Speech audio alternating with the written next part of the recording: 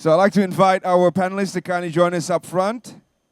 Dr. Ieva, Ms. Jasmine, and we also have our moderator, Dazriq, who will be taking charge of the conversation.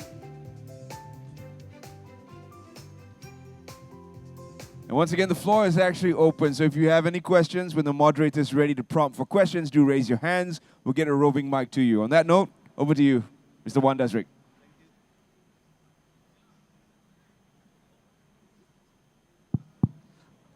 All right, thank you, Terence, for the quick introduction. I'm glad to be joined by these wonderful ladies that has a lot to do with technology and also AI as we speak. But today I'm just going to zoom down directly because we only have about 40 minutes. I'm pretty sure you've got lots to share. And the topic today is really about AI and potential collaboration to scale this technology on artificial intelligence, right?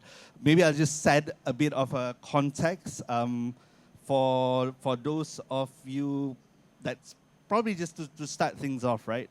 Some of you might be aware, right? So AI could boost pretty much the Asians or ASEAN's GDP, right? So we're talking about 10 to 18% of adding nearly US 1 trillion ringgit.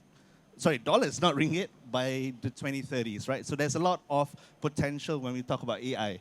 But I think some of the conversation that we had earlier is actually, how do we really unlock responsible AI governance when we talk about the use of AI technology, right? So that's something that we probably will discuss a bit. Secondly, is really about high AI adoption, but there's a bit of a mixed sentiments around the use of AI as well, right? So when we talk about, I think in the 11th ASEAN Economic Dialogue, there were a bit of a survey that was done. I think about 85% of participating organizations were already using AI, but 47% were a bit skeptical. And that skepticism comes on with regards to the security of AI and data governance and stuff like that, right? In Malaysia, I think in just last May, 2025, we had a national AI trust framework. And that is something is still kind of evolving, but we're looking at adoption as well. So that could also be something that you or other organizations like both of you represent could also adopt and see how that could also be scaled, not just in Malaysia, but also regionally as well. The last bit that I probably want to paint that picture is actually in Indonesia, when we talk about the AI fund that is actually been established, and it's actually a sovereign AI fund, basically, that is managed by Danatara Indonesia. And the idea behind that is actually to scale the usage of AI, whether it's through capacity building, creating a hub for AI in Indonesia, and then to scale that through ASEAN as well, right? So there's a lot of trends when we talk about AI, right? But I think there's also opportunities in ASEAN, specifically with regards to public and private sector collaboration as well. And I guess with me, that's why I wanted to shift the focus to the experts, to those who have been doing a lot of things in the technology, digital space, as well as AI. And I'm going to share one question, and by way of that question, maybe you three of you can also introduce yourself as well. And I start off with this question. So the question is, how has your organization been involved in local or regional initiatives that demonstrate strong public or private international collaboration with regards to AI development? I know it's a big question, but I think it's a good way to introduce yourself as well in that sense. Maybe, we can start with Jasmine first. Bismillahirrahmanirrahim. Assalamu alaikum and a very good morning. Thank you to the ministry and the organizers for having us here today. I should start today. Today is a very special day. Today is International Day of Youth. When the reminder popped up and I was thinking about the theme of this year's International Youth Day and the relations to AI, it was incredible, the involvement of youth in this area, especially in inclusive development of AI. It's fascinating this particular demographic that has participated. Coming back to your question, how are we investing in both the youth and in ensuring that we are scaling with trust? Our biggest commitment in the region has been in ensuring that we are skilling people across ASEAN. Microsoft's commitment to skill up 2.5 million people in ASEAN, 800,000 people in Malaysia, more than 1.5 million people in Indonesia. The commitment that we have conveyed in skilling is critical to ensure that there is that adoption, to address the skepticism, as well as to address the question that was raised before about jobs. We create, in order for us to be continuously to be relevant, we not only need to reskill, upskill, unlearn and relearn, we also must ensure that we are creating jobs for these skills that are getting created. So a partnership here means a partnership with governments, with academics, a partnership with people of all walks of life, people who are already in the workforce, people who are coming into the workforce. A commitment here also means ensuring that we are partnering with governments to move policies from an analog policy to digital policy. This is critical. In order for us to create an enabling environment, the policy environment need to be also allowing for this scaling, and this partnership is critical. So I will leave at that with my opening remarks, and over to you, Dr. Ieva. Go, Dr. Ieva, yeah. What's Telenor role in this? Where do you see Thanks the a value? lot, and good morning, everyone. It's fascinating to be here in this, as the minister said, historic moment for Malaysia to drive and activate AI. Telenor is one of the largest telecom operators. Our contribution to Malaysia and the region is safe infrastructure. Safe and secure connectivity have been doing for many years in this part of the world. We actually connect more than 200 million customers in this region. Our job and commitment now is the next wave of infrastructure is AI-driven infrastructure. We actually are building safe and secure renewable data centers and AI infrastructure around the world. We are very happy to share, and we're sharing actually now with the governments. Telenor has been sitting and advising the governments of, for example, Singapore for about 3 to 4 years, been sitting in ethical AI committee for data, advising how to set up effective government frameworks. We brought actually Asian colleagues to European Union, learning on how to build trustworthy regulatory frameworks. And not to say the least, we're actually advising Malaysian government in setting up that interim data committee, making sure that we have safe and secure governance for data to bring AI.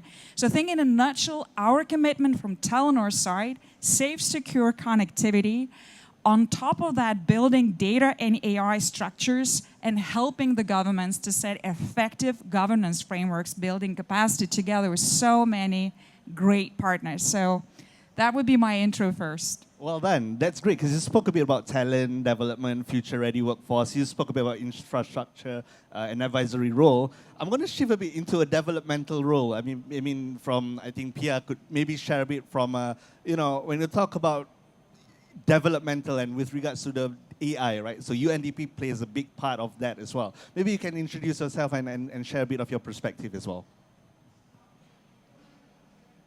Me.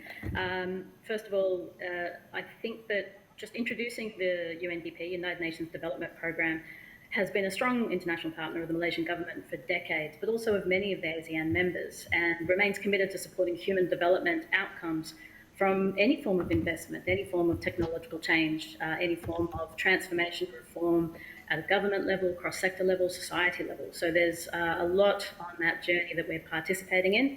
As part of that, we're supporting a lot of governments on their AI journey, providing advice on governance, responsible and ethical systems, digital inclusion, these aspects. And we have a partnership with OECD on global AI governance and risk assessments. The 2025 UNDP Human Development Report actually focused on AI entirely. It looked at the opportunities around prosperity, but it also looked around the threats and the challenges, particularly facing youth and more vulnerable people who are sometimes being targeted by the misuse of these technologies. So it includes a lot of global trends and reflections. I think that one of the key things that we wanted to bring up from a human development outcome perspective is that AI can be extraordinary in terms of how it can bring around better social protection, more innovative government services, operational efficiencies. But I think it's in those paradoxical changes that things are quite interesting. Rather than just doing what you currently do plus AI, shifting to being more adaptive. It's not enough to have a digital twin, you need to have adaptive policy.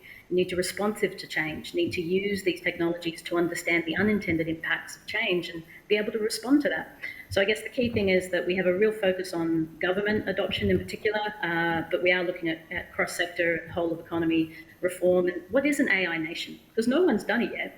We can learn and adopt from best practices around individual AI systems, but national AI planning is around activating the opportunities of AI, but mitigating the national threats of AI, activating good usage by good actors and mitigating bad usage by bad actors. It's a whole of economy approach, and no one around the world has shaped that yet. So it's really exciting to work in this region and be shaping such an ambitious future around what is an AI nation and AI economy. Well then, you spoke a bit about that ecosystem. We'll touch a bit on that ecosystem in a bit. But I want to maybe start off something a bit more practical. I think for both of you, and maybe Jasmine first, you straddle between, that corporate mandate of Microsoft, but also you had that government relations for you, right? And you spoke a lot around that digital inclusion, right? What do you think would be the key sort of, I wouldn't call it secret ingredient, but practical sort of, steps to move that, government policy and also that digital inclusion beat from the community? Thank you, Dazriq. I think we need to be very clear about what's the end goal. Digital inclusion has to be done by design. Inclusion has to be by design. It's not an SDG goal that's far away. It has to be by design. And in order for us to do inclusion by design, the policy needs to be developed in a very connected, practical way. The challenge remains for us today that analog policies were not meant for a connected world.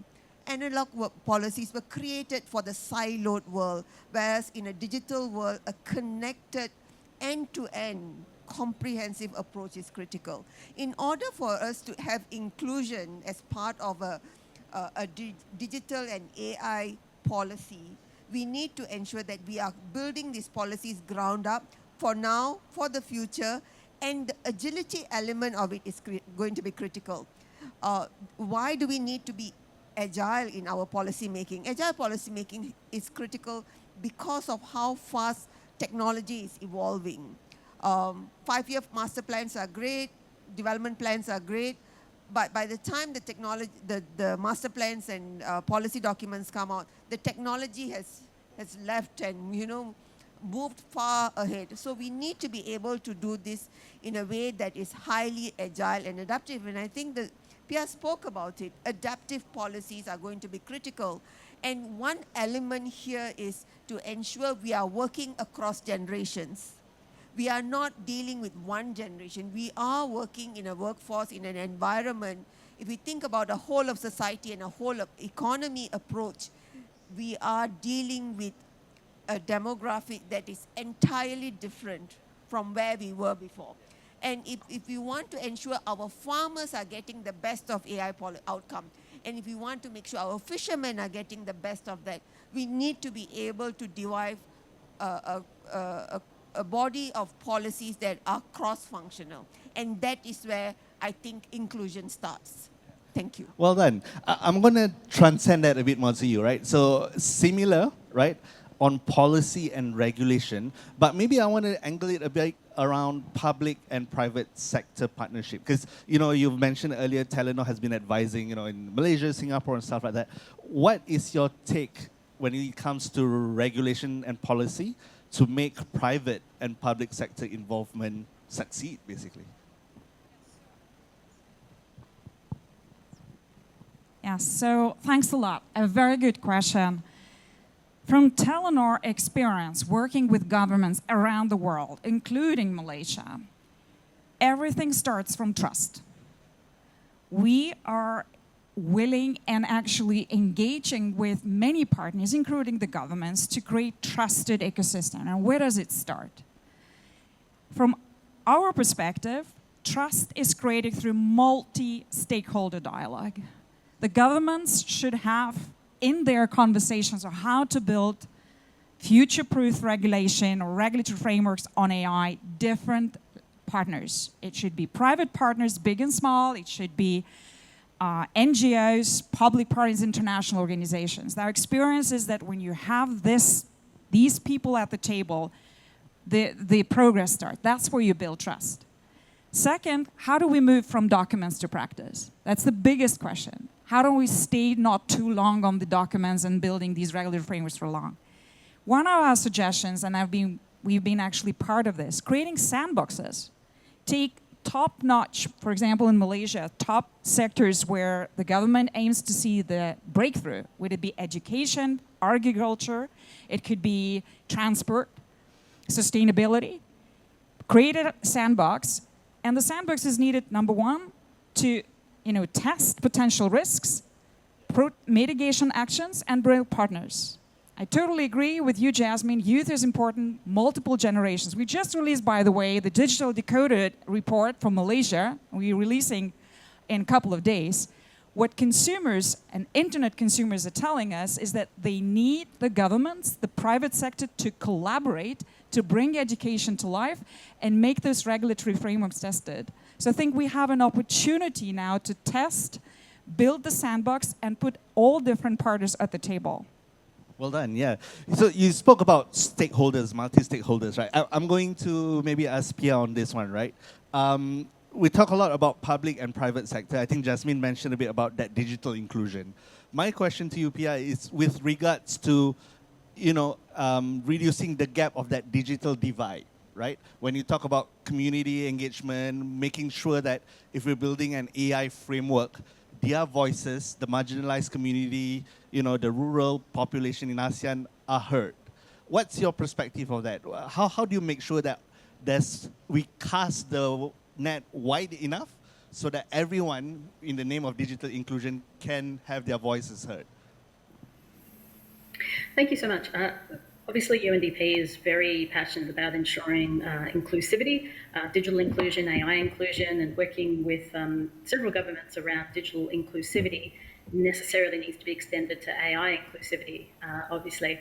But I think there's a couple of important things to say here. The first one is you can't ever have everyone in the room. A country will have tens of millions, hundreds of millions potentially, billions potentially, and you can't ever have everyone in the room because it's just not possible. So there's kind of two strategies that we strongly recommend. The first one, of course, is making sure that you have a representation of the diversity of a population involved in the process, including advocates, including people who will actually be affected by the policies, affected by the decisions that are coming out by the programs. But I think there's also a very strong case here for transparency. If you are able to work in the open, if you're able to, where possible, and it's not possible for all things all the time, but where possible, being able to make information available publicly, making proposed policy ideas publicly available, making the opportunity for people to be able to opt in when they have capacity is, and if they are interested, gives you a chance to identify stakeholders you maybe didn't know that you had, people who maybe have expertise or experience to contribute into the process. So even though I'm working with the UNDP now, I've worked in governments around the world for 15 years. I've worked in the tech sector for 10 years before that. And every government I've worked in, we established a public, if you like, place that people could follow along with our work. And the amount of partnerships and collaboration that created was really important, because stakeholders isn't just about how to engage people to do the thing you want to do. If you can identify a shared goal, a shared vision, what that leads to is multi-sector organisations who may or may not have a formal relationship with each other naturally walking in the same direction. If you don't have a shared destination, how can you have a shared direction? So that co-design and co-dreaming of shared, what a ideal values-based contextual view of the future is one of the best enablers for making for strong partnerships. That's great. I pick up a few keywords from you, Pia, with regards to transparency and values and stuff like that. I'm going to make a quick pause. If any one of you have any questions, get them ready. Maybe you can raise your hands up and some of the guys will come to you with the mic. Just think about what you want to ask. After that, I'll probably ask you guys if you have any questions. I'm just going to have one set question for these beautiful ladies to pretty much respond. But I want to ask a bit more with regards to what you have mentioned, Pia, with regards to trust. I think building trust is something fairly important, and I think a lot of people have anxiety when they use technology like AI and stuff like that. I'm going to ask maybe Dr. first and then Jasmine, right? Maybe Dr. first. And this is really based on your experience so far, right? How can really we move beyond value-based statements? You mentioned a bit from document to actions, right? How do we really translate that, right? And ensuring that there's confidence, there's trust with the stakeholders to use AI to pretty much progress. Yeah, so a few actually opportunities that we see in Telenor, and we actually also bringing experience. I talked about sandboxes. Regulatory sandboxes is something very practical, easy to handle if we have the right set of tools and the right set of partners. The second, anything will happen, even trust, without investment. One of the ways that we, for example, do together with the Norwegian government in Norway, we actually are setting up a fund for research and innovation jointly with a few partners where we specifically targeting inclusion, sustainability, privacy. So there is also, of course, a contribution to developing these models and applications together with the government and with the partners around. So setting up some funds to actually activate the community. A third example is, I heard today the Minister of Digitals talked about safety and infrastructure. There is an opportunity for inviting players like telecom operators to build AI infrastructure safe. One example we're bringing from Telenor, we actually have built an AI factory together with a few partners around the world in Norway. And here is a twist. For some data and applications, healthcare, education, government, all the citizenship data, there is a very big zest for security and safety. There's an opportunity to build safe infrastructure in Malaysia with partners like telecom operators around the world, building those data centers, sandboxing these healthcare applications in the soil of Malaysia. And with, of course, what I'm hearing and excited to hear, there is a data committee created in Malaysia aiming to build very safe and secure and trusted data flows. I think this is an opportunity. Let's try it out, set up some secure, safe, renewable data centers in Malaysia. We have the partners around, and let's try and sandbox these regulatory frameworks that come so that it's future-proof. So I think there's something very concrete. Try it out, involve our different parts of society, and then test it. Well done. I like how it's transitioned from transparency to action. You mentioned a bit about regulation, right? And this is probably I want to ask you, right? I think a lot of things in ASEAN, right? When you talk about trust, building confidence, there had to be some sort of framework. And if it's scalable enough, then you turn into regulation. More likely than not, it's a checklist of sorts, right? Maybe in your perspective, Jasmine, right? How do you ensure this trust, right? It's an asset. It's a value and not just a mere checkbox when we talk about, if we move from sandbox to market, right? How do you actually think that we could say yes, when you talk about trust in AI, using technology and stuff like that, is really a value add and it's not just another compliance thing that a lot of companies needs to do? Thank you, Dazriq. I exactly that. It shouldn't be a checkbox. And building on what Dr. Ieva has said about how do we partner governments, right? There are two elements of AI that is critical. One is explainability, the transparency part. You are able to explain, because only by being able to explain are you able to address concerns of the society. And accountability. These are two elements that are critical in equal parts to building trust. And in order for us to do that, I agree with her that it has to be tried in a smaller circle. In Malaysia, we are partnering with Petronas and NIO and the Ministry of Digital also to set up our Center of Excellence. Similarly, we have done that in Indonesia. What does that mean? We are bringing local issues, local problems or local solutions that we can build based on local demands. Across ASEAN, I think we are uniquely positioned to address some of the most emerging issues with a very dynamic group of citizens. I think in order for us to be able to ensure we are able to scale this, as I said earlier, it has to be whole of society, but also localized enough that people feel the relevance. I think that is critical because we can build something far away that I cannot find the relevance. And today the challenge is AI seem to be seen to be something that's very urban, very elite. What we need to do is to ensure that it is mainstreamed enough by design, brought to everyone. We need to also think about how do we look at smart cities and moving away from smart cities. We should have smart cities, but also thinking about smart economic hubs. How do we use smart economic hubs? And I think companies like Telenor have done amazing work in making sure that infrastructure is built out. And how do we partner with telcos to be able to scale some of these solutions? I think that kind of partnership is going to be critical. Yeah, thanks for that, Jasmine. I think that's a great insight as well. You know, on the same line of thoughts, I'm going to ask Pia the same thing as well. You probably have been working in different countries around ASEAN, right? And I think I wanted to ask you what would be the key, and sort of just to recap, just to conclude this bit around trust, right? What do you think would be the key principle when you talk about building trust with not just corporations, but governments, but also civil organizations, right? What would that be if there's 3 or 5 key ingredients, do you think that be? 3 ingredients, key ingredients are authenticity, context, and culture. So trust is always only ever able to be earned, because trust shouldn't be something you ask for. You don't say to people, trust me, and because I'll deliver you value if you trust me. It needs to be earned. And so shifting that mindset from asking for trust to being trustworthy is a really critical shift that I'm seeing a lot of organizations and governments start to take. And then tapping into those 3 ingredients. Cultural means you need to understand the culture and background between that context.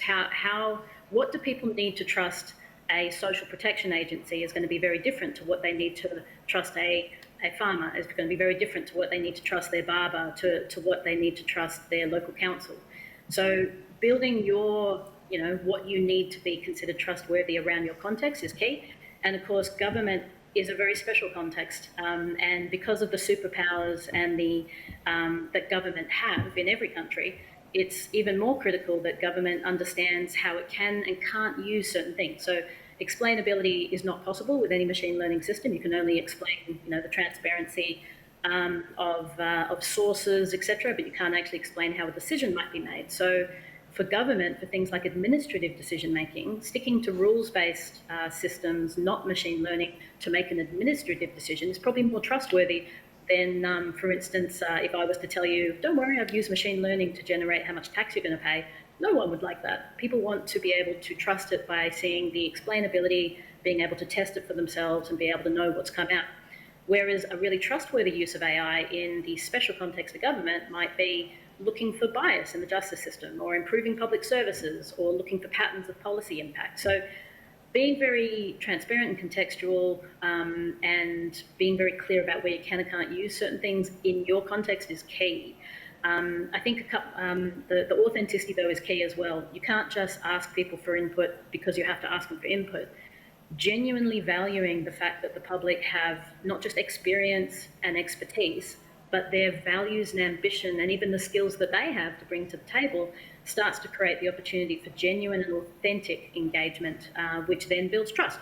Because people would prefer for you to see particularly large, powerful organisations, whether it's government or big tech or anyone, they would far prefer to see a humility and continuous learning than they would to just see, don't worry, we have all the answers. So that authenticity, trust and context, I think is absolutely critical. Yeah, that's great. Anything to add? I see you holding the mic already. Yeah, I just want to give a few examples so that we're not theoretical but practical. In Telenor, I just want to give 3 examples how we're already building trust.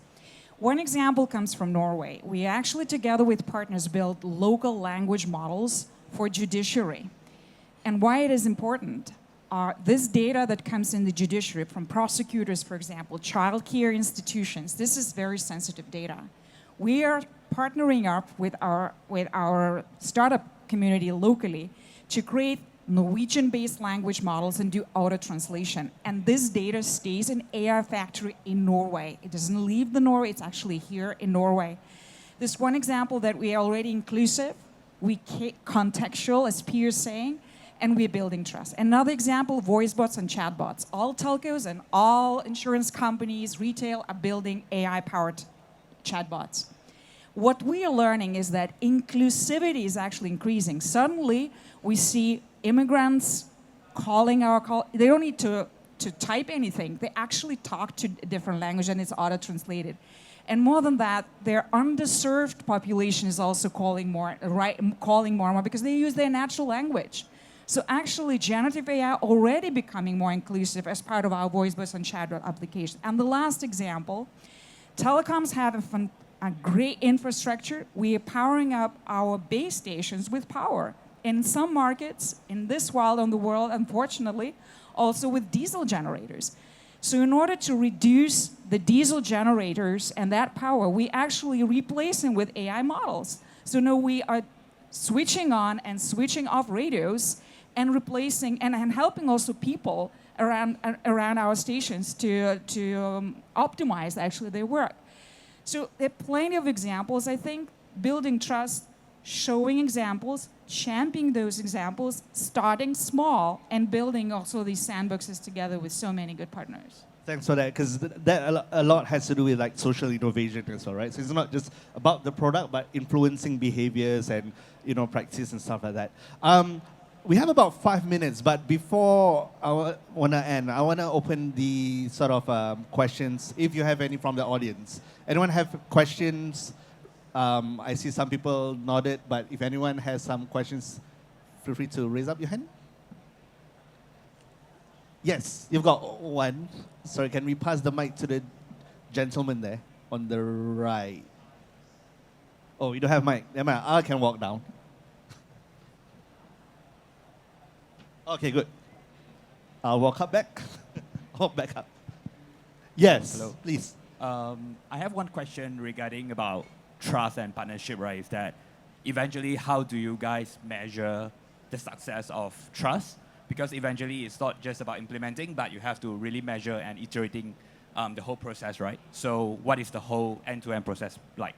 Okay, what's the metrics measurement on trust? Open for all of you. Maybe Pia want to answer that first, yeah?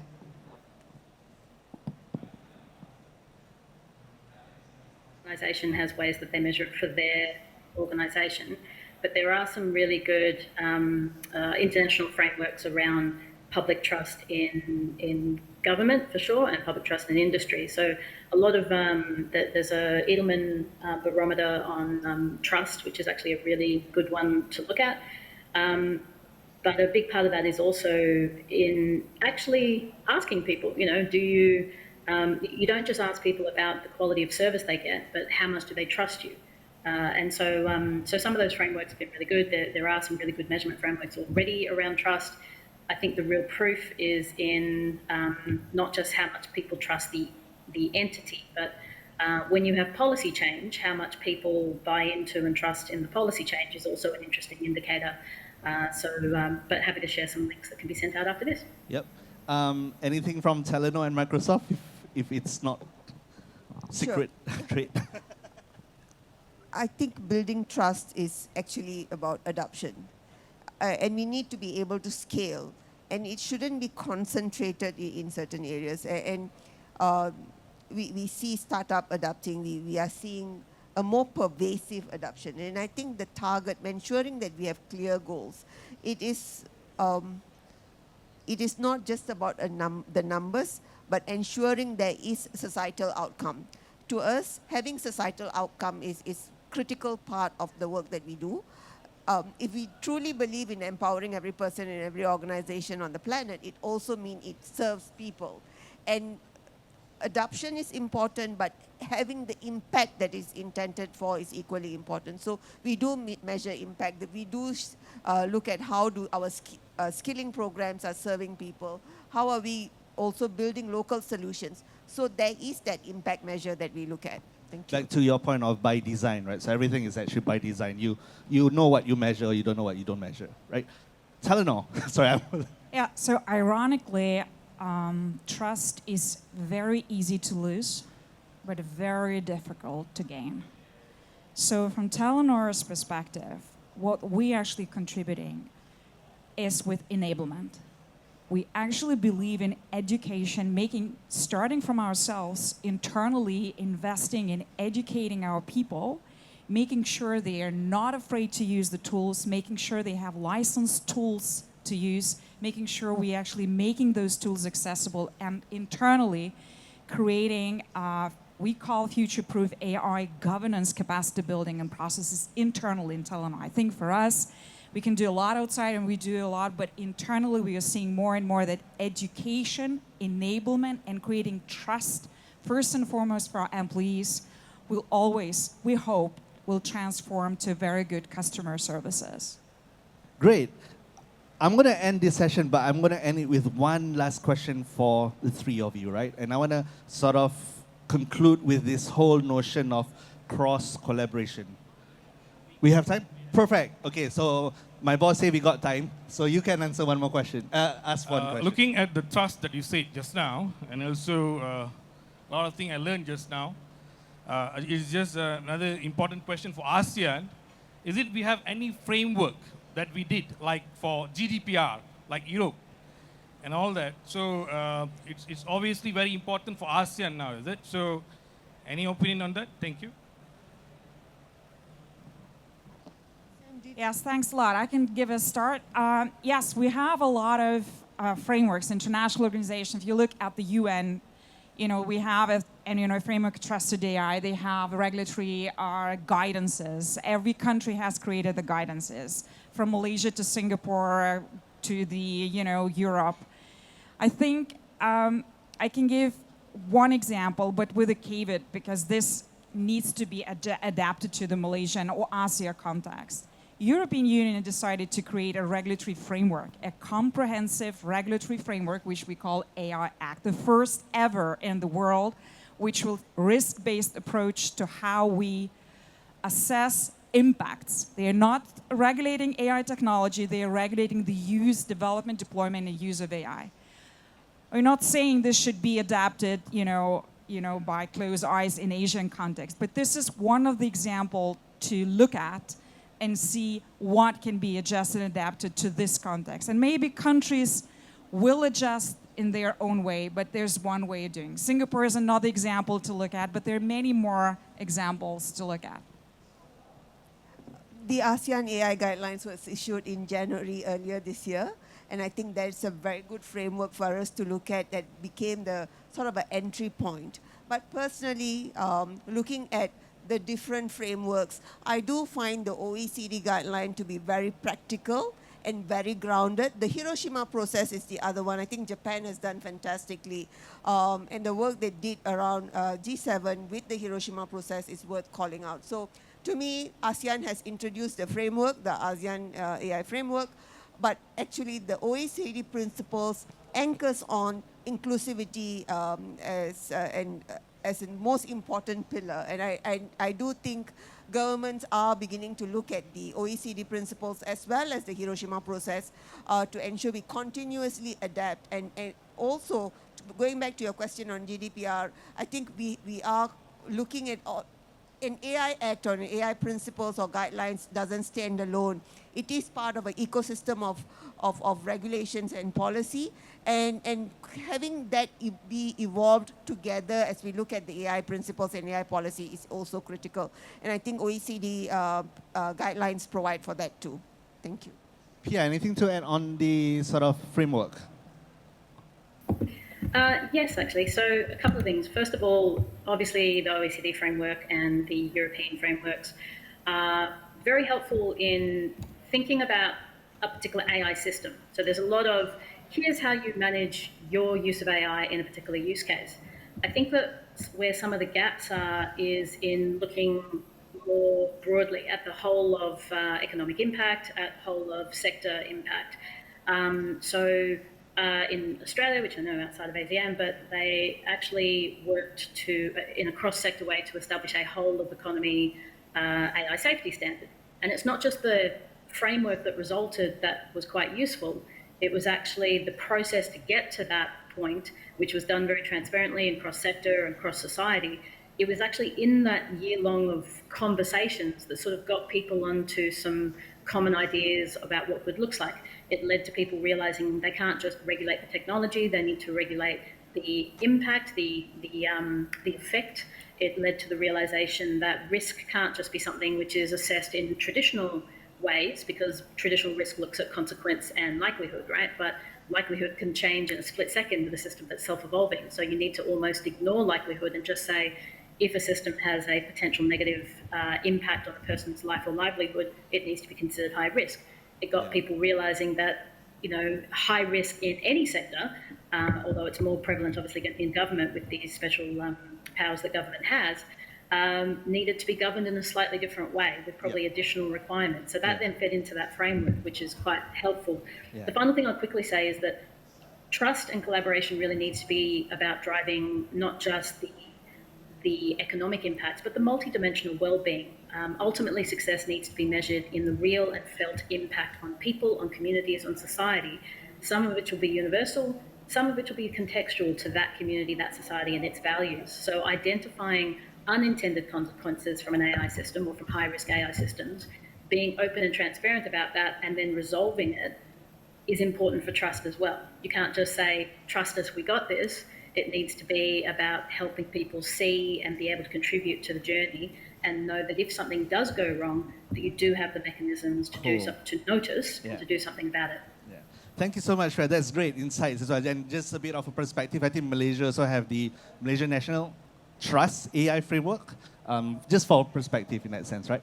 I'm going to conclude this maybe with just two of you, because I think we're running out a bit of a time. But what can we do better when we talk about cross-collaboration, cross-sectoral collaboration, cross-nation ASEAN collaboration?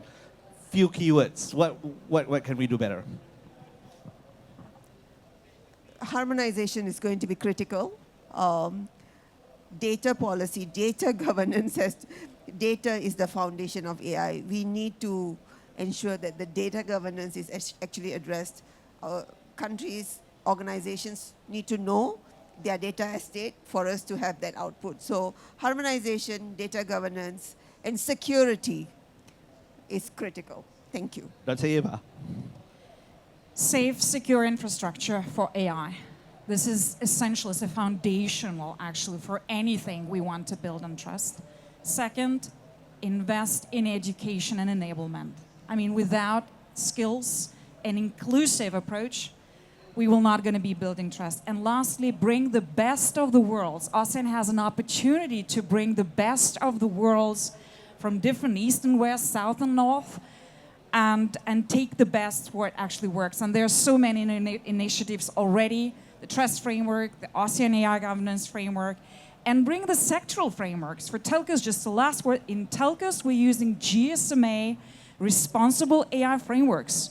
So I think, and this is a fantastic way for us to learn how to build trust internally and outside. So all the best to Malaysia. I think there's a fantastic opportunity to harmonize, be inclusive, and start with something very, very concrete.